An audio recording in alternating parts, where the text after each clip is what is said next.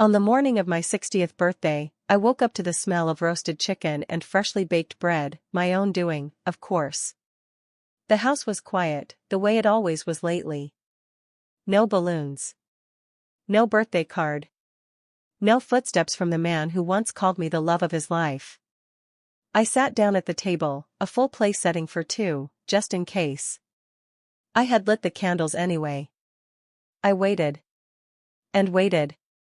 When the front door finally creaked open, it wasn't with flowers or even an apology. It was with the sound of high heels and the scent of expensive perfume that didn't belong to me. Jasmine walked in first. 25 years younger, pregnant, glowing with entitlement. Daniel followed behind her, with that half-drunken smirk that used to be charming, back when we were young and stupid and I thought loyalty meant something to him.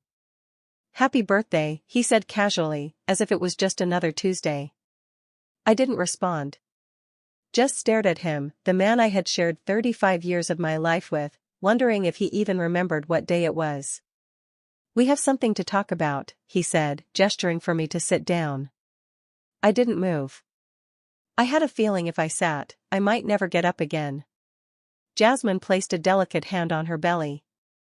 "We were thinking," she began, "maybe it's time you consider, what's next? A new phase. You know, rest.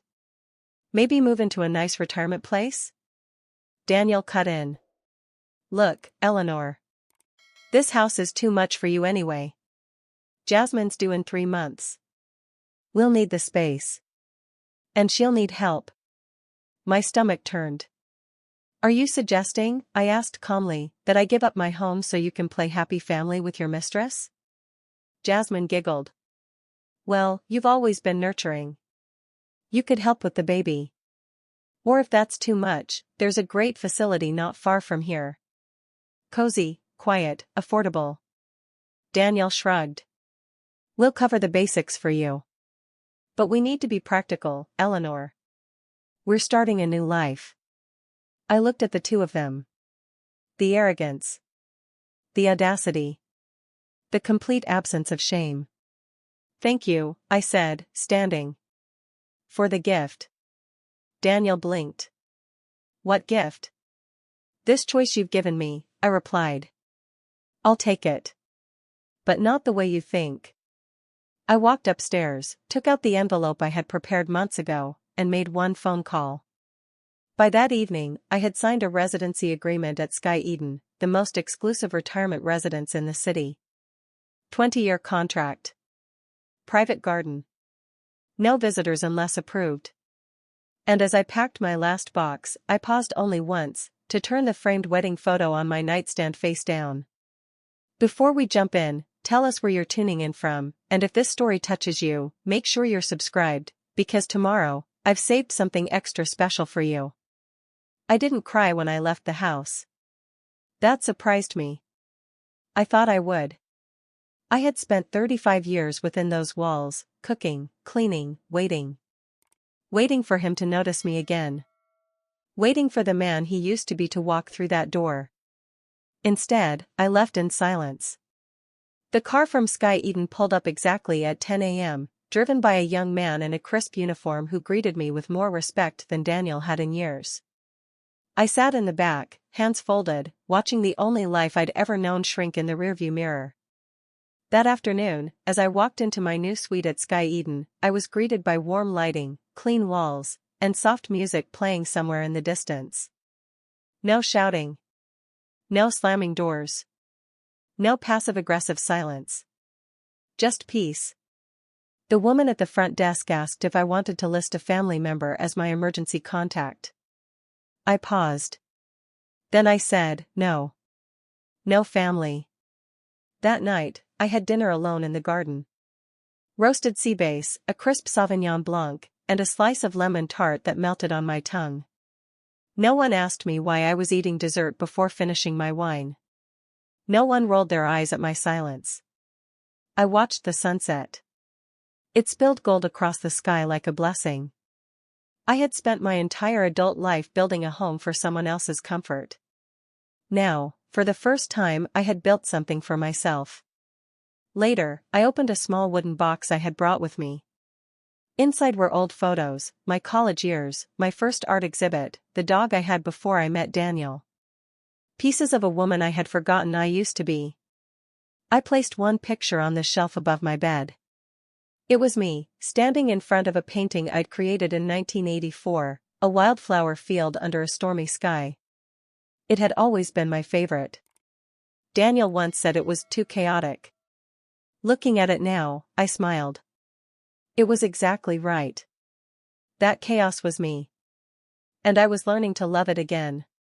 2 days after settling into Sky Eden, I received an email from my lawyer. The transfer of my personal accounts had gone through. The remainder of my savings, investments, and pension funds were now safely placed into a private trust under my name, accessible only by me, with clear stipulations for charitable disbursement. I had spent the last year preparing for this. Quietly. Intentionally. It started the day I found out about Jasmine. Not because Daniel confessed, he never did. He simply got sloppy. Receipts, vague business trips, the sudden change in cologne. Then came the credit card charges, spa retreats, prenatal consultations, a stroller that cost more than my first car. I didn't scream.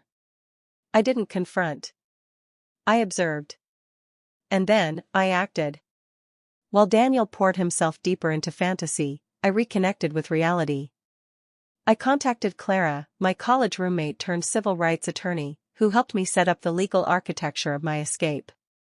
Together, we drafted a plan to secure my assets and ensure I could never be cornered. Daniel had always believed I was fragile. Sentimental. A woman so used to being needed that I'd cling to his shadow forever. He underestimated me. What he didn't know was that while he played at starting a new life, I was designing mine from scratch. And not just for myself. I had also been speaking with the director of a local arts foundation. I told him I wanted to create something, a fund that would help young, underprivileged artists gain access to mentorship, materials, and exhibition space. Something meaningful. Something lasting. He asked me what I wanted to call it. The Eleanor James Initiative, I said. He smiled, then asked, why not name it after someone else? A loved one, perhaps? I shook my head. No, I said. It's time I put my name on something that's mine. That night, as I lay in my new bed beneath warm cotton sheets, I didn't think about Daniel. I thought about the girl I used to be, the one who once painted until 2 a.m, who dreamed of Paris, who kept journals filled with color swatches and poetry. She was still there. She had just been waiting for me to come home. A week later, Daniel showed up at Sky Eden. I wasn't surprised. Men like him don't like feeling out of control for too long. He had called twice before, left vague voicemails, we should talk. I think you're overreacting. You didn't have to leave. I didn't respond. But showing up? That was new. I was in the greenhouse, watering a small patch of orchids, when I saw him through the glass, standing at the front desk, agitated, out of place in his tailored suit and nervous energy. I took my time. When I finally stepped into the lounge, he turned as if he had been waiting for hours. Eleanor, he said, voice low. We need to talk. I gestured toward the patio. Outside. I don't like raising my voice indoors anymore. He followed. We sat across from each other, a teakwood table between us, as the fountain nearby trickled softly. It was almost poetic. He opened with charm. A mistake. You look good. Peaceful, even. Retirement suits you. I didn't reply. He shifted. Look, about what happened. Things got out of hand.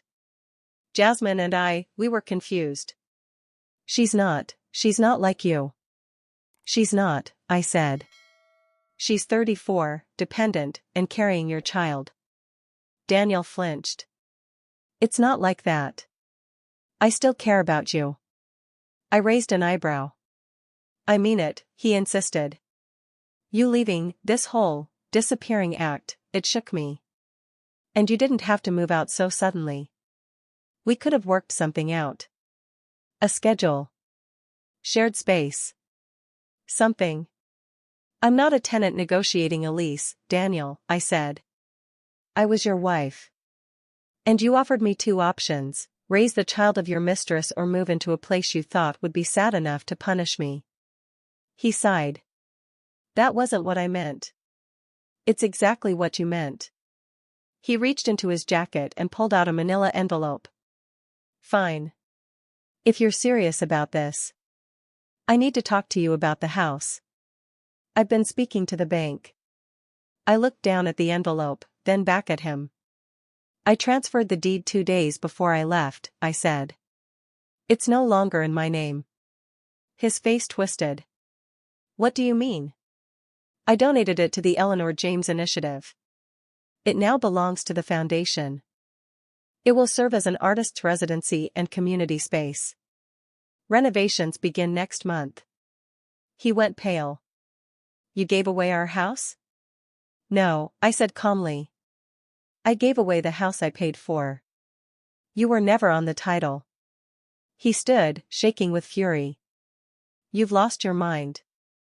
No, I replied, standing too. I've simply stopped pretending yours mattered more than mine. I left him there, on the patio, gripping the envelope like a drowning man holding a life raft made of sand.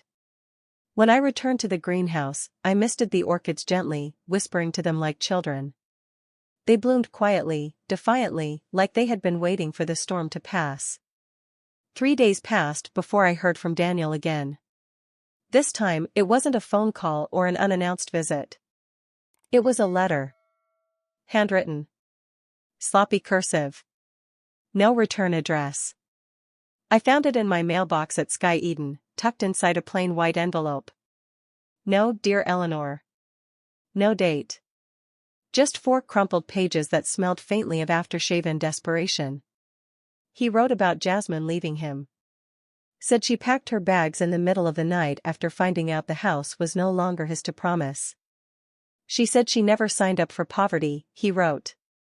She called me useless. She said I used to be somebody, and now I'm just tired. He admitted he had tried to get a loan. No bank would touch him. His credit was wrecked. The company he once bragged about had filed for bankruptcy. I spent decades thinking I was the anchor of our marriage, he scribbled. But now I realize I was the weight around your ankle. I sat with the letter for a long time. Not out of pity. Not out of anger. But because I recognized something rare in those pages, the flicker of truth. It wasn't an apology. Not really. It was an admission of collapse. The kind that comes when all illusions finally burn away. He ended the letter with this. I don't expect anything from you. Not forgiveness. Not money. I just wanted you to know, I see it now. All of it. And I'm sorry I couldn't see you when it mattered. I folded the letter slowly and placed it in the drawer beside my bed, right next to a photograph of myself at 22, standing in front of my first painting with a brush still in hand and a grin too wide for my face. No response. No reply. That was all I had left to give. Later that evening, I went down to the studio space at Sky Eden and unlocked the cabinet that held my oils and brushes. I hadn't touched them since arriving. I set up the easel. Pulled a blank canvas from the shelf. And I began to paint. Not for Daniel. Not for closure. For myself. The strokes were rough at first. But soon, they grew stronger. Bolder. Fiercer. By the time the moon was high above the garden and the only sound was the wind stirring through the trees, I had created something I hadn't seen in years. A woman. Older. Wiser. Standing tall at the edge of a cliff. Wind in her silver hair. A fire burning behind her, not destruction, but transformation.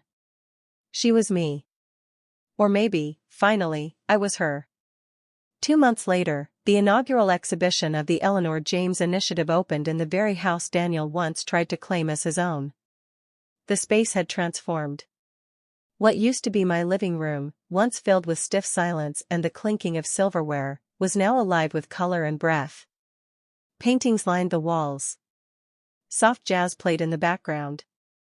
Young artists stood beside their work, proudly answering questions, their eyes wide with nervous excitement and hope.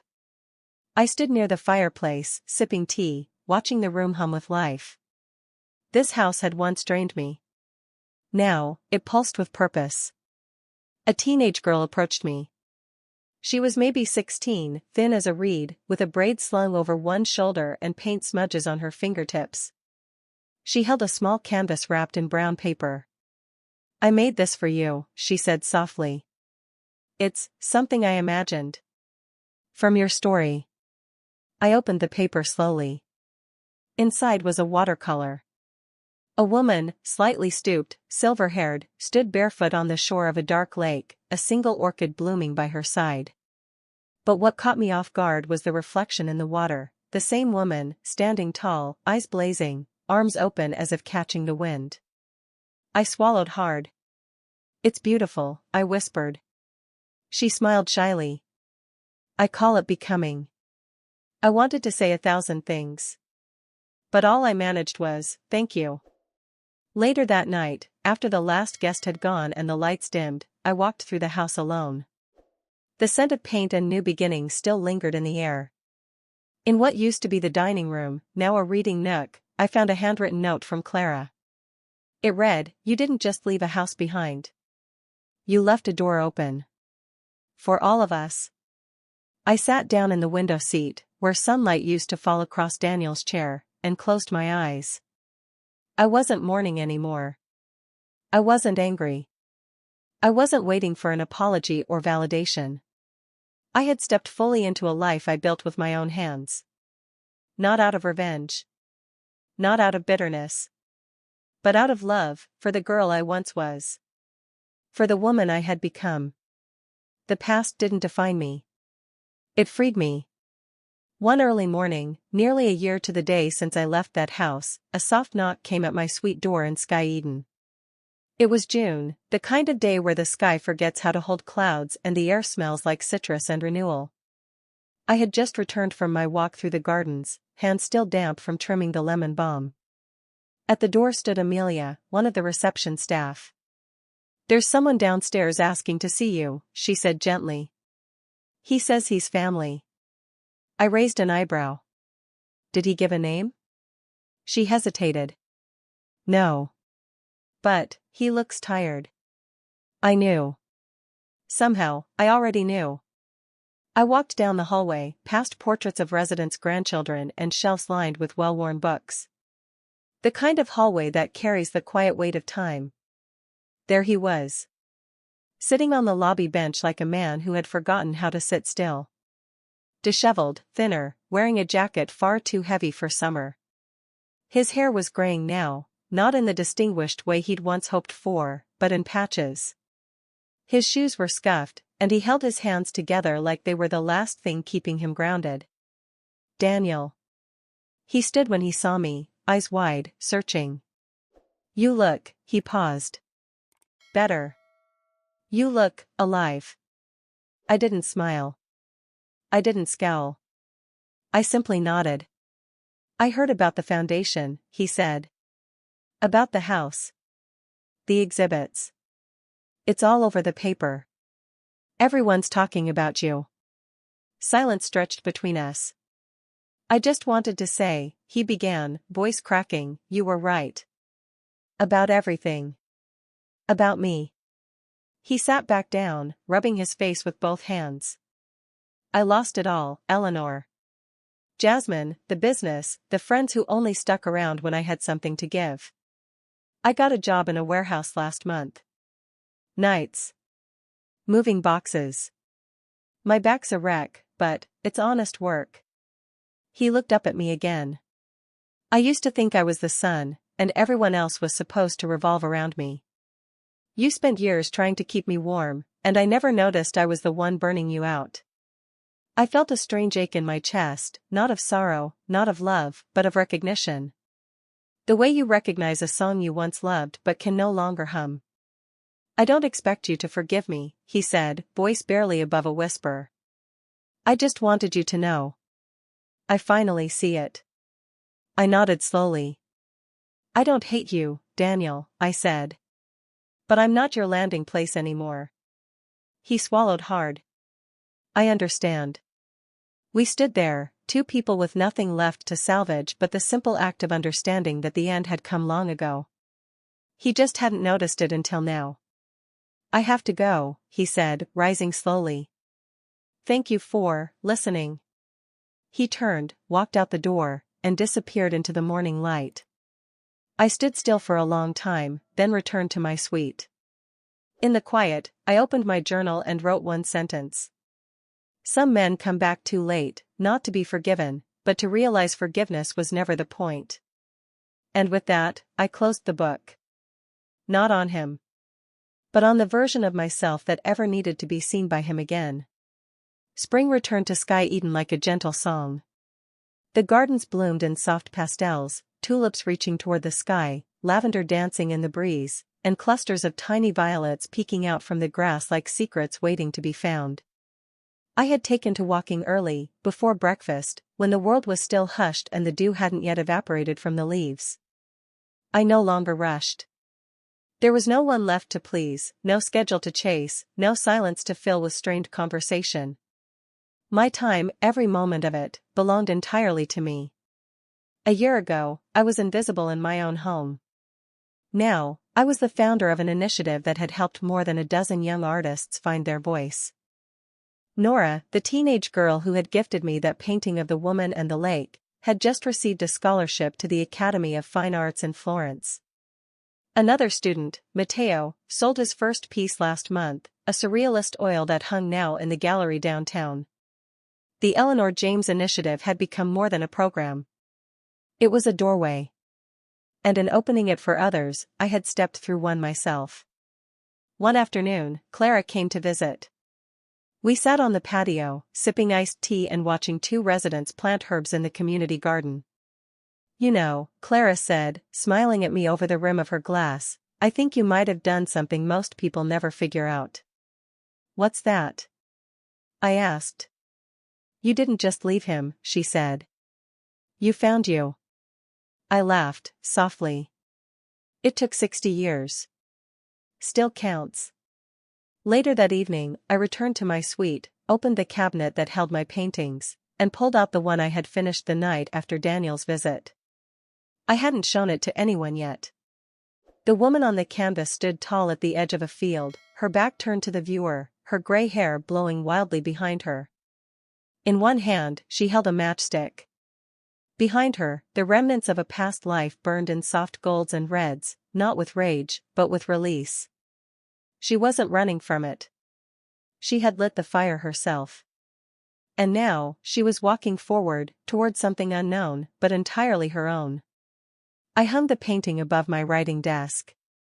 Not to remember what I'd left behind, but to celebrate what I'd finally chosen, a life not defined by what was taken from me, but by what I had the courage to claim. And for the first time in decades, I slept without dreaming of escape. Because I no longer needed one. A few weeks later, a small envelope arrived in my mailbox at Sky Eden.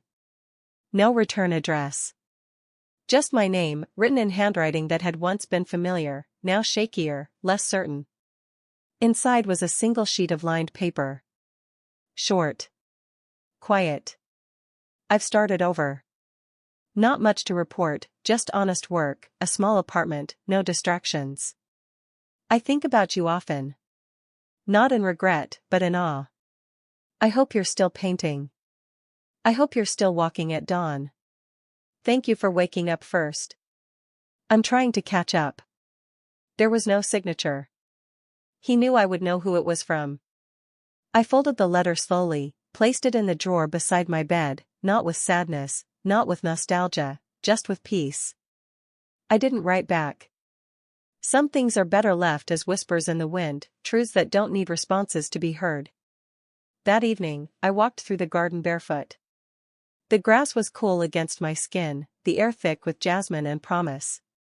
I passed Nora sketching on a bench, two residents playing chess beneath the pergola, and Clara waving from a distance with a book in her lap. The world was smaller now. Simpler. But fuller, too. I returned to my suite, lit a candle by the window, and poured a cup of chamomile tea. As the sun dipped low, casting golden streaks across the lake beyond Sky Eden, I whispered to no one in particular. I was never lost. I was just quiet. And now, I'm here. Then I opened a fresh canvas, dipped my brush in a deep, daring red, and began again. Because stories don't end when the fire fades. They begin again in the ashes, with steadier hands, wiser hearts, and the kind of freedom that doesn't need to be proven. It just is. Eleanor's story is not just about revenge, it's about reclaiming value, rewriting identity, and remembering that it's never too late to begin again. What did this story make you feel? Do you think she did the right thing? Comment 2 if you felt empowered by her journey. Comment 7 if you wanted to see her go even further. And don't forget to like, subscribe, and follow True Tales for more deeply human, fiercely honest tales every week. Your next favorite story is just one video away.